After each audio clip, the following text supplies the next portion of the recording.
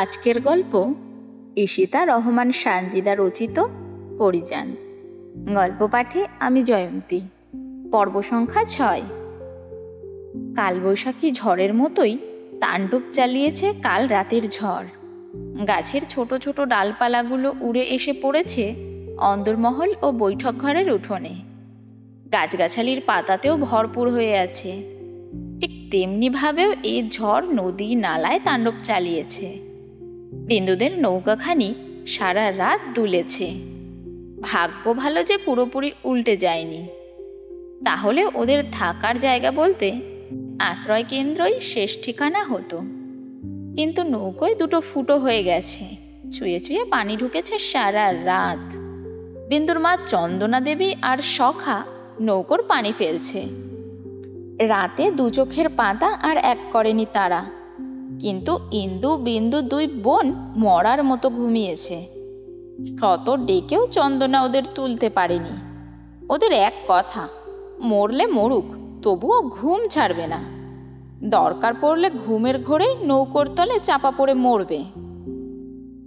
এজন্য সকাল হতেই চন্দনা দেবী বকাবকি শুরু করে দিয়েছে। চিল্লিয়ে বলতেছে, তোগো মতো মাইয়া লাগতো না আমার। ছোট পোলাডারে নিয়ে সারা রাত জল ছ্যাঁচলাম, আর সেমরি দুইটা গতরে তেল লাগাইয়া ঘুমাইল। হরম জাদি হতচ্ছাড়ি, তোর বাপের তো খবর নাই, আজ খাইবি কি? গলায় ঢালনের মতো কিচ্ছু নাই। আমি মরি আমার জ্বালাই, কেউ একটু দেখেও না। এত মানুষ মরে, আমি কেন মরি না? কপাল চাপড়াতে চাপড়াতে চন্দনা নৌকায় বসে বসে আধভাঙা গামলা দিয়ে পানি ফেলছে, সাথে চোখের পানিও ফেলছে। ছেলে মেয়েদের নিয়ে আর পারছে না চন্দনা। বিয়ের পর থেকেই কষ্ট করে আসছে।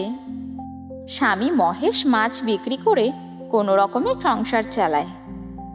তবু কিসের যেন কমতি থেকেই যায়। সব টাকাই যদি সংসারের পিছে খরচ হয়ে যায়, তাহলে সঞ্চয় করবে কি করে? মেয়ে দুটোও তো বড় হয়েছে, বিয়ে দিতে হবে তো। কিভাবে কি করবে তা ভেবে ভেবে চন্দনার দুঃখের আর শেষ নেই। কিন্তু মহেশ অত ভাবে না। কিভাবে দুটো টাকা সঞ্চয় করবে মেয়ের বিয়ের জন্য, তাও সে ভাবে না। 3 সন্তানকে মহেশ খুব ভালোবাসে, বিশেষ করে বড় মেয়ে বিন্দুকে। কেননা বিন্দু নাকি দেখতে একদম মহেশের মতো। শ্যামলা গায়ের রং, চোখ, এমনকি স্বভাবটাও মহেশের মতোই। এজন্য মহেশ বাকি সন্তানদের থেকে বিন্দুকে একটু বেশি স্নেহ করে। এজন্য প্রায়ই মহেশের সাথে ঝগড়া হয় চন্দনার। মেয়ে মানুষ, বাড়ন্ত বয়স, কখন কি ভুল করে বসে কে জানে। তাছাড়া মেয়ে তো আরেকটাও আছে, ওকেও তো বিয়ে দিতে হবে। চন্দনার কথা যেমন আগেও কেউ কানে নেয়নি, তেমনি আজকেও কেউ কানে নিল না। ইন্দু গিয়ে মাটির চুলা জ্বালাতে বসে পড়ল, আর সখা নিজের ছেঁড়া গামছাই করে আনা ফল পাকুড় বের করতে বসল। বিন্দু কলা গাছের ভেলাটা নিয়ে বের হয়ে গেল। ঝড় থামলেও মেঘ কমেনি, তার সাথে গুড়ি গুড়ি বৃষ্টিও পড়তেছে। কিন্তু এই বৃষ্টি বিন্দুকে ভেজাতে ব্যর্থ। ভেলা নিয়ে শাপলা বিলে এসেছে সে। হাতের বাঁশটা ভেলার উপর রেখে উবুর হয়ে বসে কতগুলো শাপলা তুলল। আরও কিছু শাপলা তুলতে হাত বাড়াতেই একটা নৌকো এসে ধাক্কা দিল ভেলায়। কেঁপে উঠল বিন্দু। পড়ে যেতে গিয়েও পড়ল না, উঠে দাঁড়িয়ে বলল, মা গো মা, এমনে ঠেলা মারে কেউ? আর একটু হইলেই পইড়া যাইতাম গা। নৌকো থেকে বেরিয়ে এলো সম্পান। এক লাফে ভেলায় উঠে দাঁড়িয়ে বলল, এইখানে কি করিস? মনে হয় বুঝো না, শাপলা না নিলে খাইতাম কি? কেন, তোর বাপে কই গেছে? বিন্দু আরো কিছু শাপলা তুলতে তুলতে জবাব দিল, গঞ্জের হাটে গেছে কাইল, ঝড়ের লেগা আইবার পারে নাই। সম্পান কিছু বলল না। এদিক ওদিক তাকিয়ে লোকজন দেখে নিল, না কেউ নেই। সম্পান আরেকটু এগিয়ে এসে বলল, জানোস বিন্দু, শহরের ডাক্তারবাবু আমার কাছে পরীর কথা জিগায়। বিন্দুর হাত থমকে যায়। উঠে দাঁড়িয়ে অবাক হয়ে বলে, তুমি কিছু কইছো মাঝি? পাগল নাকি কিছু কমো? আমার মনে হয় ভাই আমার কথা বিশ্বাস করে নাই, পরীরে হ্যাঁ দেখতে চায়। কও কি? এই কথা তো পরীরে জানাইতে হইব। পরী জানলে কি করব কে জানে। সম্পান বিন্দুকে আশ্বাস দিয়ে বলে, কিচ্ছু হইব না, আমাগো পরী সব সামাল দিতে পারবো। আইজ রাইতে যাবি, তোরে পদ্মায় ঘুরাই মনে। বিন্দুর মুখে হাসি ফুটে উঠল, বলল, পরী বানুরেও কই, ও যাইব নে। বাহির হইতে পারবো তো পরী? তাইলে নিয়ে যা মনে, তুই তৈয়ার হইয়া থাকিস তাহলে। সম্পানার কথা না বাড়িয়ে নৌকো নিয়ে চলে গেল। অনেক কাজ তার, আজকে ওষুধ আনতে শহরে যেতে হবে তার। সারাদিন কাজ করলেই রাতে ছুটি পাবে সে। শাপলাগুলো একসাথে জড়ো করে বেঁধে নিল বিন্দু। তারপর দাঁড়িয়ে বাঁশটা হাতে নিয়ে চলল নিজের গন্তব্যে। এর আগেও সে অনেকবার সম্পানের সাথে পদ্মায় ঘুরতে গিয়েছিল, তবে পরীর সাথে হাতে গোনা কয়েকবার গিয়েছিল লোকচক্ষুর অন্তরালে। পরী জমিদার বাড়ির সবাইকে ধোকা দিয়ে তো সব সময় আসতে পারে না, তাই বিন্দু আর সম্পানই ঘুরতে যেত। সম্পান মাঝি হলো পদ্মার রাজা, আর বিন্দু হলো পদ্মারানী। এই উপাধি পরী ওদের দিয়েছিল। সম্পান আর বিন্দুর ভালোবাসার একমাত্র সাক্ষী হলো পরী।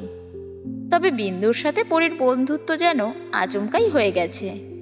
পরী তখন ছোট ছিল, গ্রামের কারো সাথে সে বন্ধুত্ব করতে চাইতো না। অনেক ধনী পরিবারের সন্তান থাকতেও গরিব হিন্দু সম্প্রদায়ের এই মেয়েটিকে সে নিজের বন্ধু হিসেবে বেছে নেয়। দুজন দুজনের প্রাণের সখী। মুদি দোকান ছিল মহেশের, তবে সেটা ইন্দু আর বিন্দুই চালাতো বেশি। মহেশ ঘুরতো পরের নৌকোয়, জাল ফেলতো নদীতে। ওই দোকানে এসেই বিন্দুর সাথে প্রথম পরিচয় হয় পরীর। গজদন্তিনীর হাসিতে সেদিন যে পরী কি মাধুর্য দেখেছিল তা একমাত্র পরীই জানে। বিন্দুর পরনের সুতি শাড়িটা সবসময় নোংরা ধুলোবালি মাখা থাকাতেও পরী ওকে জড়িয়ে নিত নিজ বক্ষে। বিন্দুর শত বাধাও সে মানত না। পরীর নিরহংকারতা দেখে বরাবরই মুগ্ধ বিন্দু। না আছে রূপের অহংকার, না আছে টাকা পয়সার অহংকার। এজন্য বিন্দুর প্রিয় পাত্রী পরী। শাপলাগুলো মায়ের কাছে রেখে বিন্দু ভেলা ভিড়ালো জমিদার বাড়ির ঘাটে। ভয়ে ভয়ে পা ফেলল জমিদার বাড়ির চৌকাঠে। দেলোয়ার আর লতিফ বাধা দিল না বিন্দুকে, কারণ তারা জানে বিন্দু পরীর সাথেই দেখা করতে এসেছে। তবে বিন্দুর ভয়ের একমাত্র কারণ হলো আবিরজান। হিন্দু বিধর্মী হওয়ায় তাকে ঘরে আসতে দিতে চান না আবিরজান। বিন্দুকে দেখলে দূর দূর করে তাড়িয়ে দেন। সেজন্যই বিন্দু লুকিয়ে আসে এই বাড়িতে। এখন বন্যা থাকায় আসতেই পারে না। জেসমিনকে বলে পরীর ঘরের দিকে পা বাড়ায় বিন্দু। যাওয়ার আগে আবিরজানের ঘরে উকি দিতে ভোলে না সে। আচমকা বিন্দুর আগমনে হকচকিয়ে গেল পরী। তবে নিজের সখীর প্রতি তার অভিমানও কম জন্মেনি। এতদিন কোথায় ছিল? তাই সে অভিমান মিশ্রিত কণ্ঠে বলে, তুই এইখানে আইসোস কেন? কেডা তুই? হাসল বিন্দু। সাথে সাথেই ওর গজদারটা যেন উদয় হলো। পরী এক ধ্যানে শ্যামকন্যার হাসি দেখল, যেন মুক্ত ঝরছে ওই হাসি থেকে। বিন্দুর হাসি দেখে পরীর বলতে ইচ্ছে করছে, এইভাবে হাসিস না, আমার খুব হিংসে হয়। এই মেয়ে রূপ নয়, হাসি দিয়েই পুরুষের মন ভোলাতে পারবে, যেমন করে সম্পানের মন ভুলিয়েছে। পরী বলল, থাক, আর হাসতে হইব না। কি কইবি ক তাড়াতাড়ি। বিন্দুর মুখে রাতে বেড়াতে যাওয়ার কথা শুনে আনন্দে নেচে উঠল পরীর মন। অনেক দিন বেরোনো হয় না। মুহূর্তেই বিন্দুর প্রতি সব অভিমান যেন বন্যার পানিতে ভেসে গেল। কাঠের আলমারিটি খুলে একখানা মলমলের শাড়ি বিন্দুর হাতে ধরিয়ে দিয়ে বলল, আইস তুই এই কাপড়টা পরিস। শাড়িটাতে হাত বুলিয়ে বিন্দু পরীর দিকে তাকিয়ে বলে, তুই তো কাপড় পরস না পরিমাণও, তাইলে এত সুন্দর কাপড় পাইলি কই? পরী চটজলদি আয়নার সামনে থেকে দুটো ফিতে এনে বিন্দুর হাতে গুজে দিয়ে বলে, সোনা আপার ঘরে পাইছি, এই কাপড় তো কেউ পরব না, তাই তোরেই দিলাম, নিয়ে যা, আইজ পরিস, তোরে খুব সুন্দর দেখাইবে। খুশি হলো বিন্দু। শাড়িটার নেতিয়ে পড়া আঁচলটা দিয়ে পেঁচিয়ে নিয়ে বের হলো সে। উঠোনে আসতেই দেখলো মালা বারান্দায় বসে কাশছে।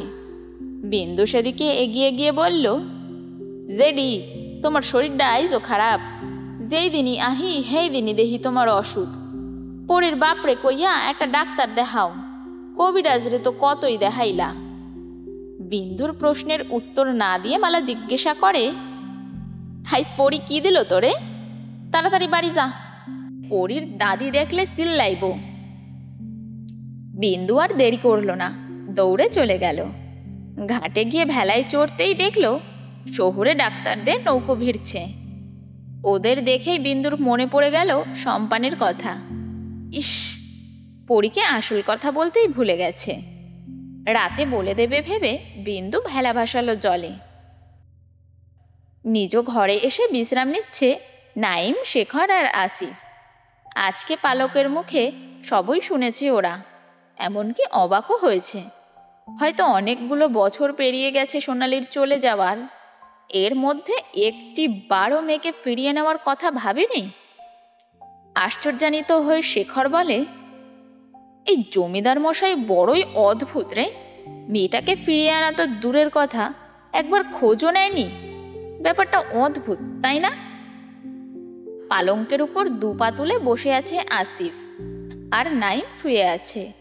শেখরের কথা শুনে নাইম উঠে বসে বলল, মেয়ের থেকে নিজের আত্মসম্মানটাই বড় করে দেখেছেন জমিদার, এজন্যই মেয়ের কোনো খোঁজ নেননি। তাছাড়া আমার মতে দোষটা তো একা জমিদারের নয়, ওনার মেয়েরও আছে। সেও চাইলে এখানে আসতে পারত। জমিদার হয়ে কিভাবে তিনি তার মেয়েকে একটা নিচু পরিবারের ছেলের সাথে বিয়ে দিবে? দুজনের কথার মধ্যে আসিফ বলে উঠল, ওরটাই প্রধান সমস্যা। কিন্তু ভালোবাসা তো আর বলে কয়ে আসে না, এরা হুটহাট করে এসে মনের মধ্যে গেঁথে যায়। কথাটা বলে একটু থামলো আসিফ। তারপর নাইমকে জিজ্ঞাসা করে, আচ্ছা নাইম, তুই যে পরীকে দেখতে চাইছিস, মানে তোর দেখার ইচ্ছে, এটা কি শুধুই ইচ্ছে নাকি অন্য কিছু? ভালোবাসা নাকি আকর্ষণ? চট জলদি উত্তর দিতে পারল না নাইম। সত্যি কথাই তো বলেছে আসিফ। সে কি শুধু ইচ্ছে পূরণ করতেই পরীকে দেখতে চায়, নাকি এর মধ্যে অন্য কিছু আছে? কিছুক্ষণ ভেবেই নাইম বলল, জানি না কেন ওই মেয়েটাকে দেখার এত ইচ্ছে করছে। যদি এটাকে আকর্ষণ বলে তাহলে তাই, আর যদি ভালোবাসা বলে তাহলে। দীর্ঘদিন পর মেঘের মুলুকে চাঁদ ভেসেছে আজ। পূর্ণচন্দ্র নয়, অর্ধচন্দ্র, কিন্তু এই অর্ধেক চাঁদটাই পুরো পৃথিবীকে আলোকিত করে তুলেছে। নৌকাগুলো হালকা দূর থেকেই দৃশ্যমান হয়ে উঠেছে। চাঁদের আলো পড়েছে পানিতে, চিকচিক করে উঠছে পানি। ঢেউয়ের সাথে সাথে যেন চাঁদও নেচে উঠছে। নৌকার কোনায় বসে পানিতে পা ডুবিয়ে দিয়েছে পরী। মাথার ঘোমটা ফেলে বড় করে নিঃশ্বাস নিল সে। মুহূর্তেই যেন লুফে নিল প্রকৃতির সব ঘ্রাণ। এই ঘ্রাণটা খুবই পরিচিত পরীর। এটা তো নূরনগরের ঘ্রাণ। মুক্তি পাওয়ার মজাই যেন আলাদা। বেশ কয়েকবার বের হয়ে সে বুঝতে পেরেছে। নৌকার অপর প্রান্তে সম্পান বসে আছে বৈঠা হাতে, আর ওর কোল ঘেঁষে বসেছে বিন্দু। পরনে পরীর দেওয়া মখমলের কাপড়টা, বেনি করে তাতে ফিতাও গুজেছে। সম্পান আজকে মুগ্ধ হয়ে দেখছে তার পদ্মারানীকে, আর বিন্দু বারবার নাজুক হাসছে। ছইয়ের কারণে ওপাশে বসে থাকা পরীকে ওরা দেখতে পারছে না। ওরা নিজেদের মতোই সময় কাটাচ্ছে, আর পরীকে একা ছেড়ে দিয়েছে। একাধারে পানিতে পা ভিজিয়ে যাচ্ছে পরী। ইচ্ছে করছে শব্দ করে হাসতে, কিন্তু ওর মা যে ওকে বারণ করে দিয়েছে জোরে হাসতে, সেজন্য হাসতেও পারছে না সে। তবে প্রকৃতি যেন আজ পরীর জন্যই সেজেছে। তাদের প্রধান কাজই যেন পরীকে খুশি করা। পরী পা ডোবাতে ডোবাতে হাঁক ছাড়ল, ও সম্পান মাঝি, ও পদ্মার রাজা, তোমার রানীরে ঘরে তুলবা কবে? ওপাশ থেকে সম্পানও জোর গলায় বলল, বন্যা যাক, তারপর শহরে যামু কামে। যদি কাম পাই তাইলে এই শীতের মধ্যেই ঘরে তুলুম বিন্দুরে। সম্পানের কথায় লাজুক হাসে বিন্দু। মুগ্ধঝরা সেই হাসিতে বরাবরের মতো এবারও মুগ্ধ নয়নে দেখে সম্পান। পরি আরও কিছু বলতে নিলে দূর থেকে একটা নৌকো আসতে দেখে তাড়াতাড়ি ছইয়ের ভিতরে ঢুকে পড়ে। বিন্দুও পরীর দেখা দেখি ছইয়ের ভেতরে পরীর পাশে গিয়ে বসে। নৌকো কাছে আসতেই শায়েরের গলার আওয়াজ ভেসে আসে, আরে সম্পান তুমি? যাক, ভালোই হয়েছে, আমাকে জমিদার বাড়িতে নিয়ে চলো। শায়েরের কথায় একটু ভয় পেল সম্পান। পরি তো ছইয়ের ভিতরে, বিন্দুকে নিয়ে কোনো সমস্যা হবে না। কিন্তু পরীকে যদি শায়ের চিনে ফেলে? শায়ের আদৌ পরীকে কখনো দেখেছে কিনা তা সম্পান জানে না। তবুও ভেতরে ভেতরে একটু সন্দেহ ঘুরপাক খাচ্ছে সম্পানের। শায়ের লাফিয়ে সম্পানের নৌকায় চড়ে বসে। বৈঠক ঘর আর অন্দরমহলের মাঝে উঁচু দেওয়াল বাঁধানো। আসিফের ঘাড়ে পা রেখে দেওয়াল টপকে অন্দরমহলে ঢুকলো নাইম। শেখরও নাইমকে অনুসরণ করেই ঢুকলো, কিন্তু আসিফের সাহসে কুলায় না। পরীর হাতে ধরা খেয়ে সে উত্তম মধ্যম খেতে চায় না। যদি ওরা ধরা পড়ে যায় তাহলে সাহায্য করার জন্য ওর শাস্তি কম হলেও হতে পারে। এই ভেবেই ওপরওয়ালাকে একমনে ডেকে যাচ্ছে আসিফ। পরীর বুদ্ধিমত্তা দেখেই আসিফ বুঝে গেছে যে হয়তো আজকে কিছু একটা হবেই, ওরা হয়তো ধরা খাবেই।